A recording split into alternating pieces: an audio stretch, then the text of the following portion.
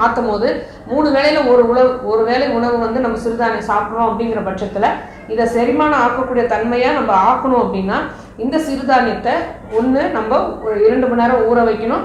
அப்படி இல்லைன்னா உடச்சிடணும், சின்ன சின்னதாக உடச்சிடணும். அப்படி இல்லைன்னா அதை மாவாக்கணும். அதுவும் தாண்டி அதை வேக வைக்கணும். இவ்வளவும் நம்ம செஞ்சுட்டு ஏதாவது ஒரு 2 முறை இல்லை 3 முறை அதை பக்குவப்படுத்தி நம்ம சாப்பிடும் போது அந்த சிறுதானியத்தோட முழு பலனும் நமக்கு கிடைக்கும். நீங்கள் கவனித்து பார்த்தீங்க அப்படின்னா சிறுதானியத்தை வந்து நம்ம ஒரு சர்க்கரை பொங்கல் செய்தாலும் சரி, வேறு ஏதாவது இனிப்பு பண்டமாக இருந்தாலும் சரி, கார வகையாக இருந்தாலும் சரி, அதுலேருந்து முறுக்கு வரைக்கும் எல்லாமே செய்கிறாங்க. ஆனால் அதை பக்குவப்படுத்தி செய்யும்போது மட்டும்தான், ஜஸ்ட் அதை ஒரு மாவாக்கி அப்படியே அதை முறுக்கில் சாப்பிடும்போது எண்ணெயில் வேற டீப் ஃப்ரை பண்ணி சாப்பிடும்போது முழு பலன் நமக்கு கிடைக்காது. சிறுதானியம் அப்படின்னாலே அதை ஆவியில் வேக வச்சோ ஒரு உப்புமாவோ ஒரு பொங்கலோ இப்படி சாப்பிட்டா மட்டும்தான் சிறுதானியத்தோட முழு பலன் நமக்கு கிடைக்கும். இதை தவிர்த்து